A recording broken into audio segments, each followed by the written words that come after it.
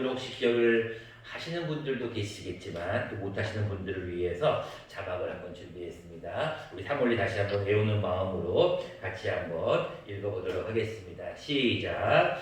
예수 그리스도만이 당신의 죄를 해결할 수 있는 유일한 길입니다. 아멘. 여러분 제 1원리가 뭐였는지 기억나시나요? 하나님은 당신을 사랑하신다. 많이 기억하시네요. 이제 하나님은 당신을 사랑하시고 당신을 위한 놀라운 계획을 가지고, 이 첫 번째 원리. 여러분 누구를 만나든지 간에, 어떤 누구를 만나든지 간에, 형제님, 자매님, 어떤 집사님, 아니면 성도님, 하나님은 우리 성도님을 사랑하시고, 그리고 성도님을 위한 놀라운 계획이 있어요. 혹시 거기다가 여러분들이 말씀 하나를 탁 추가하면은 참 왔다가 되는 거죠. 뭐예요? 요한복음 3장 16절 말씀이 다 외우고 있는 말씀 거의 다. 하나님이 세상을 이처럼 사랑하사 누구를 주셨어요? 독생자를 주셨어요.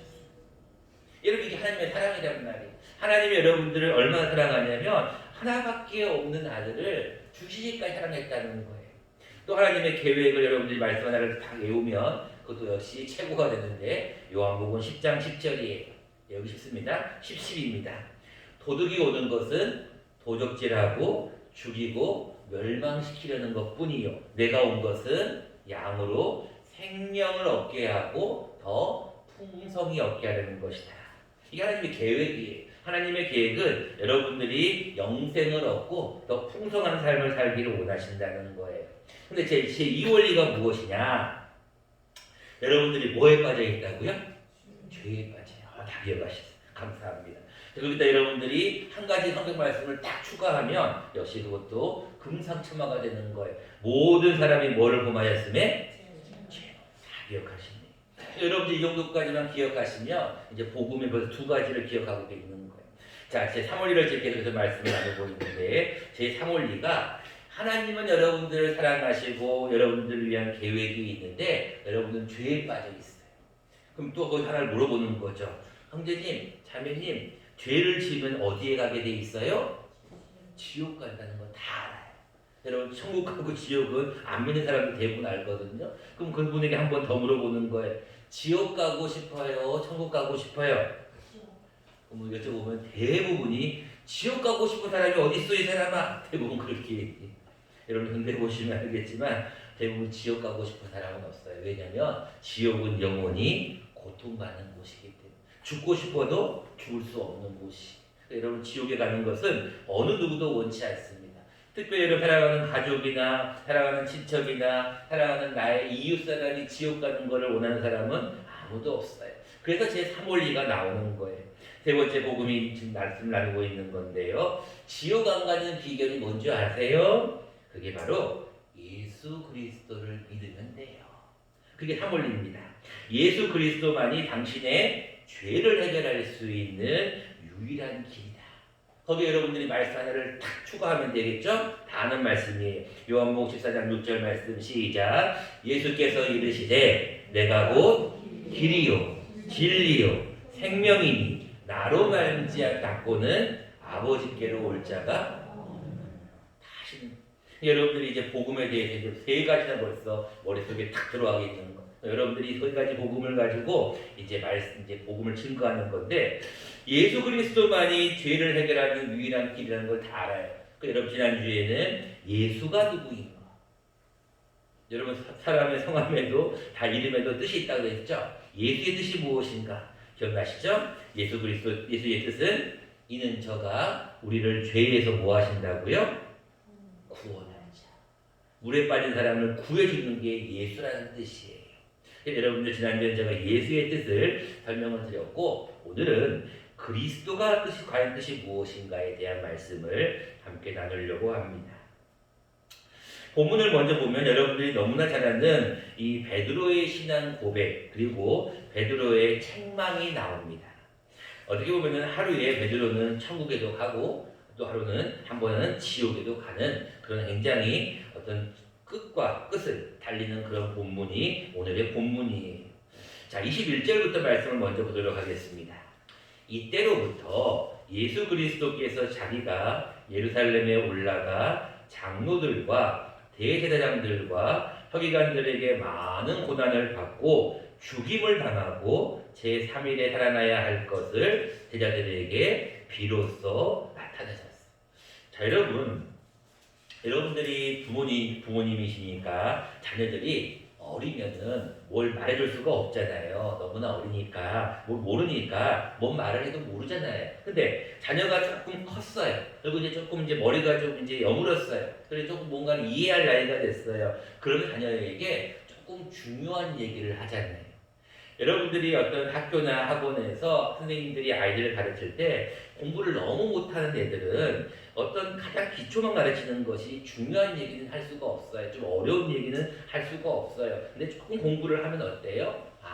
조금 중요하고 어려운 것도 얘기할 수 있잖아요. 마찬가지인 것처럼 예수님께서도 이때로부터 무슨 얘기냐면 굉장히 중요한 하나의 사건이 하나가 생긴 거예요. 이때로부터 예수님께서 굉장히 중요한 한 가지의 사실을 말씀을 하는데 이때로부터가 도대체 어떤 때냐? 바로 베드로의 신앙 고백이에요. 베드로가 너무나 좋은 신앙 고백을 딱 하는 순간부터 예수님께서 나는 이제 뭐 죽는다. 나는 이제 고난을 받는다. 나는 그러나 제3일에 부활할 것이야. 라는 너무나 중요한 얘기를 탁 던지는 거예요. 자, 어떤 이야기인가? 그 이야기가 여러분들이 너무나 잘 아시는 내용입니다. 13절 말씀에 빌립보 가이사랴 지방에 이르러 제자들에게 묻습니다. 야, 내가 지금까지 정말로 많은 기적을 행하였고, 바로 앞에 보면 15장에 보면은 7병이요, 7개의 떡과 2마리의 물고기로 4,000명을 먹이시고, 많은 사람을 고치고, 별별 어떤 기적을 행하고, 무리도 걷고, 이런 걸 하다 보니까, 이제 수많은 사람들이 나를 누구라고 하느냐라는 질문을 던집니다. 그때 14절 말씀에 저러는 세례 요한, 엘리야, 예레미야, 선지자 중에 하나입니다. 자, 알겠다. 근데 사람들이 그렇게 하는 건 내가 이해가 간다. 근데 너희는, 다시 말하면 제자들에게 묻습니다. 너희는 나를 누구라 하느냐라는 질문을 하죠. 그때 베드로가 수제자이기 때문에 자기가 대표로 이런 이야기를 합니다. 16절 말씀 우리가 거의 다 외우고 있는 그런 말씀 중에 하나인데, 주는 그리스도이시오 살아계신 하나님의 아들입니다 라는 두 가지 고백을 해요. 자, 이 고백이 얼마나 예수님께서 중요한 고백인지, 얼마나 멋있고 정말 마음에 흡족했는지 베드로에게 이렇게 얘기합니다. 17절 말씀, 내가 복이 있다. 너무나 중요한 고백을 한 너가 복이 있다. 근데 이 고백을 하게 한 것은 너의 머리에서 나온 것이 아니라, 이거를 알게 하는 누구라고요? 너의 혈육이 아니라 하늘에 계신 내 아버지시다. 이 무슨 얘기일까요? 여러분, 어떤 우리가 고백을 하는 것도요, 사실 내가 알고 있는 고백을 하는 것도 있지만 나도 모르게 고백이 탁 나올 때가 있어요. 그것은 누가 알려주시는 거냐면 하나님, 하늘에 계신 내 아버지 또는 성령님이 가르쳐 줄 때가 있어요. 그래서 성령님은 굉장히 중요한 사역 가운데 하나가 우리를 모든 것을 생각나시고 모든 것을 깨닫게 하시고 가르쳐 주셔요. 그래서 여러분, 선생님의 역할을 하는 거거든요. 보혜사 성령님이 알려주셔요. 어디로 가야 할지 진리 가운데 우리를 인도하시는 분이 보혜사 성령님이신데, 여기는 예수님이 계시는 때였기 때문에 예수님께서 하나님 이거를 알게 해줬다. 그러면서 베드로에게 너무너무 중요한 어떤 축복의 말씀이 18절과 19절에 나옵니다. 여러분, 사실 이것을 가지고 천주교에서는 베드로가 초대 교황에 대한 어떤 근거의 말씀으로 주기도 합니다.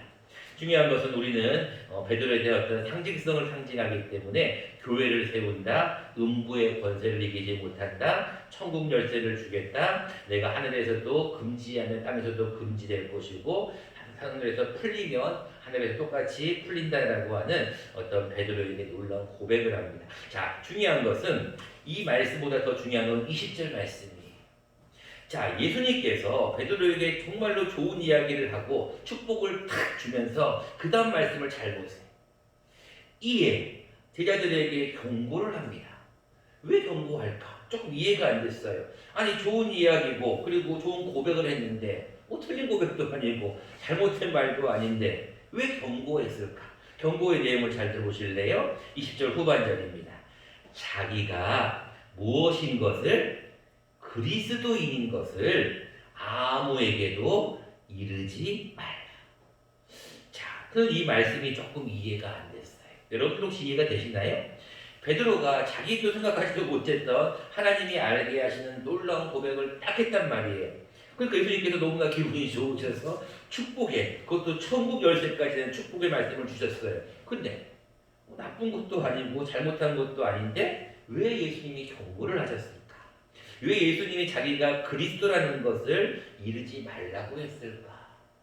조금 저는 이것이 이해가 안 갔어요. 그런데 그 이유가 나오는 이유가 바로 22절에 나옵니다. 자, 그 이야기를 이르지 말라라고 분명히 경고를 했는데 예수님께서 그때부터 이제 자신의 죽음과 부활을 얘기하자 베드로의 이야기를 딱 보세요. 22절 말씀입니다. 베드로가 예수를 붙들고 항변합니다. 항변이 무슨 말이에요? 강하게 항의하는 거예요. 뭐라고 얘기합니까? 주여 그리 마옵소서, 그리 결코 죽게 미치지 아니하리다. 자, 이게 여러분 무슨 말인지 가만히 생각을 해보세요. 지금 베드로는 고백을 했어요. 근데 자기가 했는 고백이지만 지금 자기가 아무튼 어떤 고백을 했어요. 근데 예수님의 죽음과 부활만큼은 인정할 수가 있었다 없었다? 인정할 수가 없는 거예요. 왜? 그리스도가 어떤 뜻인지를 모르기 때문에 그래요. 그리스도가 도대체 자기가 고백한 주는 그리스도라고 하는데 그리스도가 도대체 뭔 뜻인지를 모르니까 항변하는 거예요. 여러분 우리가 어떤 뜻인지 알면 그렇군요, 이해합니다. 근데 지금 베드로는 그리스도라고 고백을 하면서도 그리스도의 뜻을 몰라. 그리스도가 뭔 말인지를 모르는 거예요. 그러니까 강하게 항변을 하면서 안 됩니다 라는 걸 받아들일 수가 없습니다. 그러니까 예수님께서 바로 사탄아라고 그러잖아요. 책망받잖아요. 그래서 오늘은 우리가 그리스도가 도대체 무엇인가? 여러분들 오늘 예수 그리스도에 대한, 지난주는 예수님에 대한 설교를 들었고 오늘은 그리스도에 대한 설교를 들어야 되는데 그리스도가 도대체 무엇인가? 그리스도의 뜻을 알아야 베드로와 같은 이런 우를 범하지 않는 것.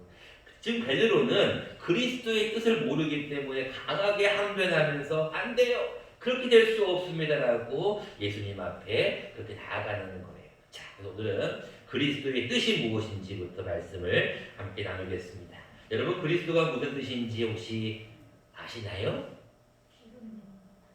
네. 한 분이 정확하게 말씀을 해주셨습니다. 자, 많은 분들을 위해서 제가 자막을 준비했습니다. 같이 한번 자막을 한번 보고 읽어보겠습니다. 시작. 그리스도란 기름 부음 받은 자라는 뜻으로 메시아라는 말과 같다라고 기록되어 있어요. 메시아는 히브리어입니다. 많은 분들이 그리스도, 예수 그리스도 조금 아셔요. 근데 메시아? 메시아? 핸델의 메시아? 여러분 메시아라는 말을 많은 분들이 들으셨어요. 근데 메시아와 그리스도는 같은 말이에요. 여러분 메시아도 히브리어로 그리스도라는 뜻에서 나온 거고 그리스도도 헬라어에서 나온 거예요. 그리스도. 여러분들 그리스도라는 뜻은 기름 부음을 받았다는 뜻이에요. 지금 베드로가 왜 예수님 앞에 책망을 받느냐, 특별히 사탄이라고까지 하는 이유가 무엇이냐, 너가 하나님의 일을 생각하지 않는다는 것은 그리스도의 뜻을 모르기 때문에 그래요.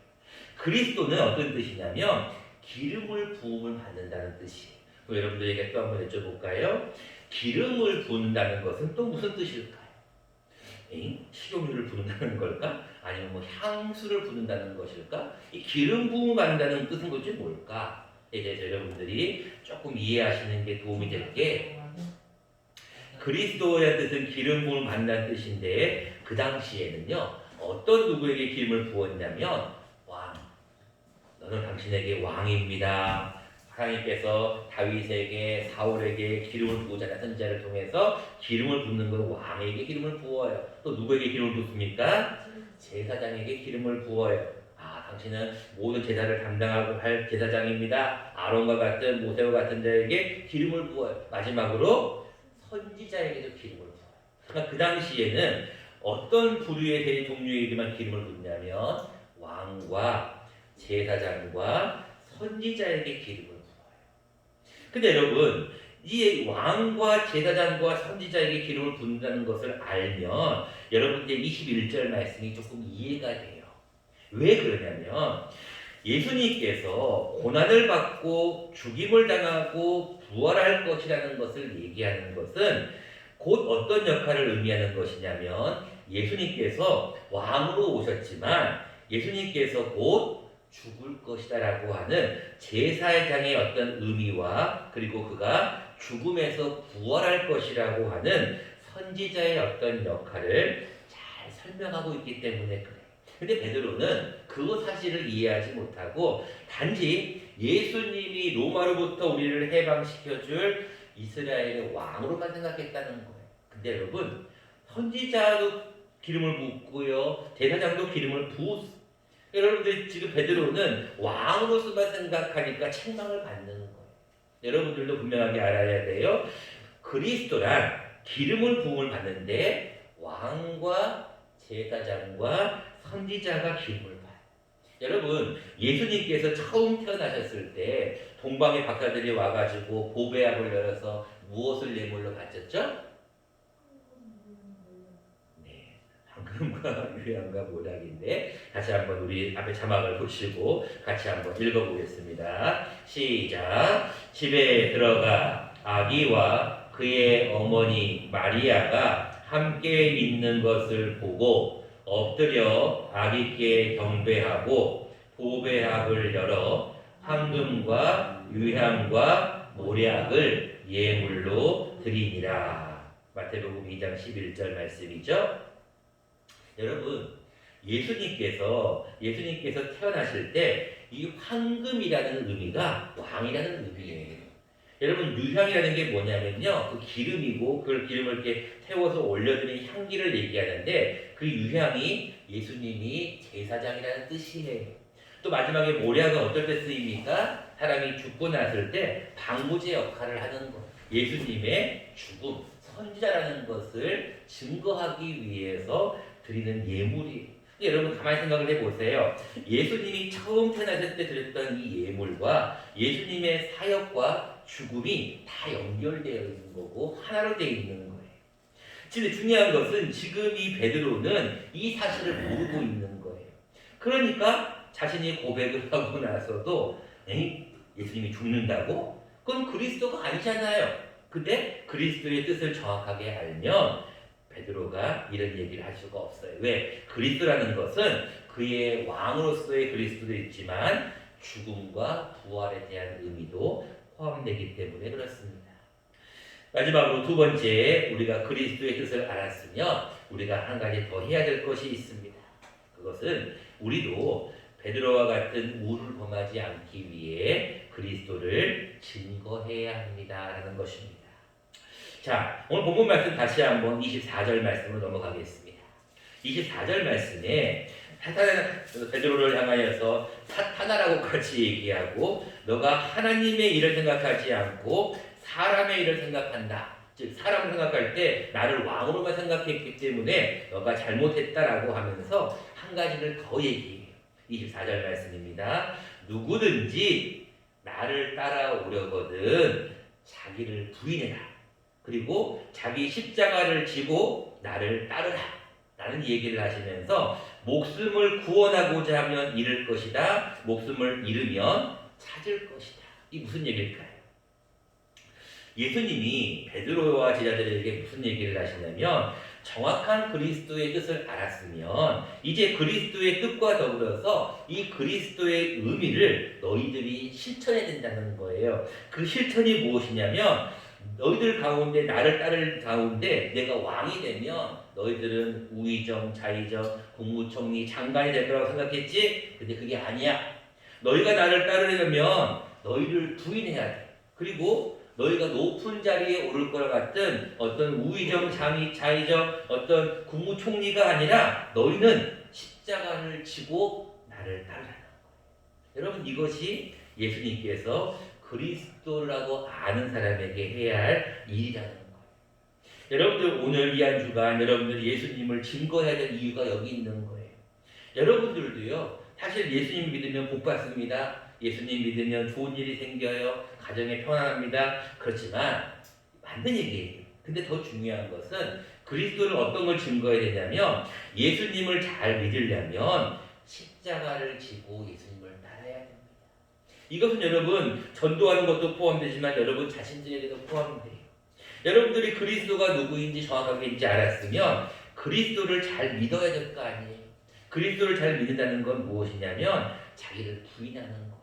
그리고 예수의 십자가를 지고 예수님을 따라야 돼요. 죽고자 하면은 산다는 거예요. 너희가 어떤 목숨을 잃으면 다시 얻는다는 거예요. 여러분 이게 역설신앙이잖아요. 내가 그리스도와 함께 십자가에 못 박혔다는 거예요.